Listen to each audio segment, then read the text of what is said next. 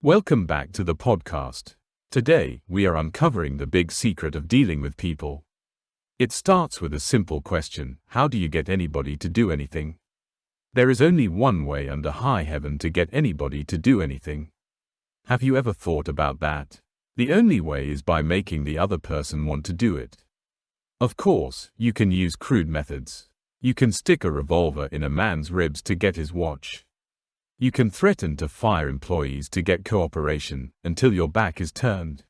You can use a whip or a threat on a child. But these methods have sharply undesirable repercussions. The only honest way I can get you to do anything is by giving you what you want. So, what do you want? Sigmund Freud said everything springs from two motives: the sex urge and the desire to be great. John Dewey, the American philosopher, phrased it deeper. He said the deepest urge in human nature is the desire to be important. Remember that phrase, the desire to be important.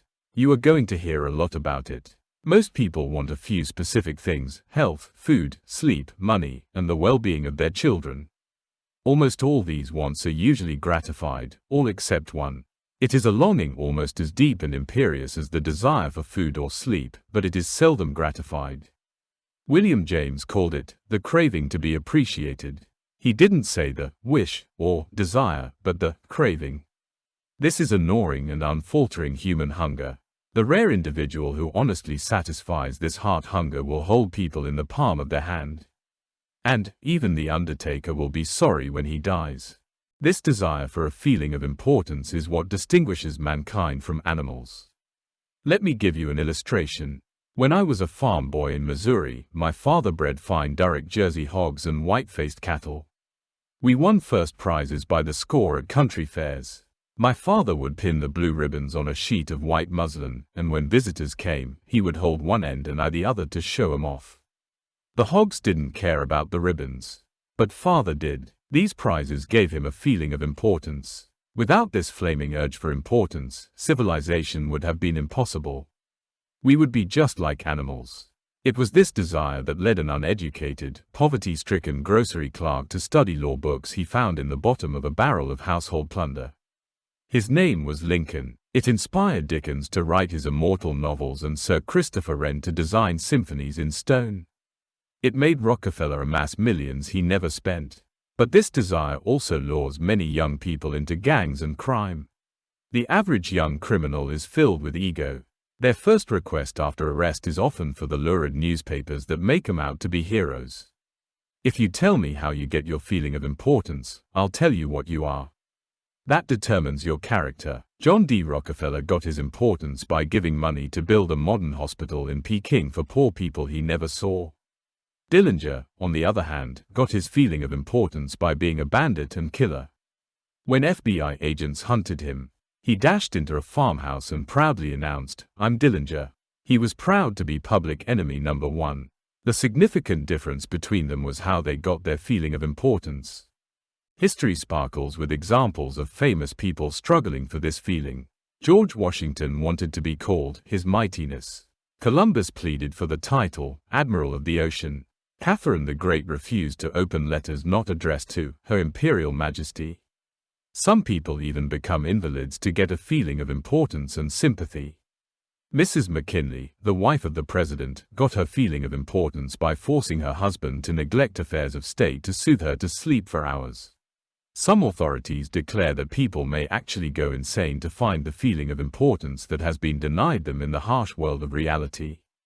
I once asked the head physician of a psychiatric hospital why people go insane.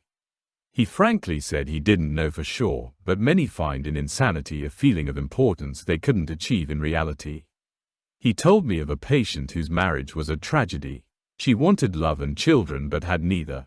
Her husband didn't love her and refused to eat with her. She went insane, and in her imagination, she divorced him and married into English aristocracy. She insists on being called Lady Smith, and she imagines she has a new child every night. Her physician said, if I could stretch out my hand and restore her sanity, I wouldn't do it. She's much happier as she is. If people go insane for this feeling, imagine what miracles we can achieve by giving people honest appreciation this side of insanity. Consider Charles Schwab. He was one of the first people in American business to be paid $1 million a year. Why? Because he knew more about steel? No, he told me he had many men working for him who knew more about steel. Schwab was paid that salary because of his ability to deal with people. Here is Schwab's secret, in his own words. These words should be cast in eternal bronze in every home and office. I consider my ability to arouse enthusiasm among my people, said Schwab, the greatest asset I possess, and the way to develop the best that is in a person is by appreciation and encouragement. There is nothing else that so kills the ambitions of a person as criticisms from superiors.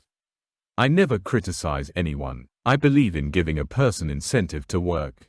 So I am anxious to praise but loath to find fault. If I like anything, I am hearty in my approbation and lavish in my praise. That is what Schwab did. But what do average people do? The exact opposite. If they don't like a thing, they bawl out their subordinates. If they do like it, they say nothing. Schwab declared that he had yet to find the person, however great, who did not do better work under a spirit of approval than under a spirit of criticism. This was also a key reason for Andrew Carnegie's success. Carnegie praised his associates publicly and privately. We often take our spouses so much for granted that we never let them know we appreciate them. A man in one of our classes was asked by his wife to list 6 things he would like to change about her. He could have listed 1,000 things, but he didn't. He told her, "Let me think about it and give you an answer in the morning." The next morning, he sent her 6 red roses with a note, "I can't think of 6 things I would like to change about you. I love you the way you are." When he got home, his wife was almost in tears.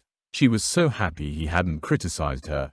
Some of you might be saying, "Oh, phooey. Flattery. I've tried that stuff. It doesn't work." And you are right. Flattery is shallow, selfish, and insincere. It ought to fail. The difference between appreciation and flattery is simple. One is sincere and the other insincere. One comes from the heart out, the other from the teeth out. I am not suggesting flattery. Far from it. I am talking about a new way of life. King George V had a maxim on his wall, "Teach me neither to proffer nor receive cheap praise." That is all flattery is, cheap praise. Ralph Waldo Emerson said, "Use what language you will, you can never say anything but what you are." If we stop thinking about ourselves for a while and begin to think of the other person's good points, we won't have to resort to cheap flattery. One of the most neglected virtues of our daily existence is appreciation. We neglect to praise our children when they bring home a good report card. We fail to encourage them when they bake a cake or build a birdhouse. Nothing pleases children more than parental interest and approval. So, try leaving a friendly trail of little sparks of gratitude on your daily trips. You will be surprised how they set small flames of friendship that will be rose beacons on your next visit. Hurting people never changes them. There is an old saying I keep on my mirror, "I shall pass this way but once. Any good, therefore, that I can do or any kindness that I can show to any human being, let me do it now. Let me not defer nor neglect it, for I shall not pass this way again." Let's cease thinking of our own wants. Let's try to figure out the other person's good points. Then forget flattery. Give honest, sincere appreciation. Be hearty in your approbation and lavish in your praise, and people will cherish your words for a lifetime. Principle 2. Give honest and sincere appreciation.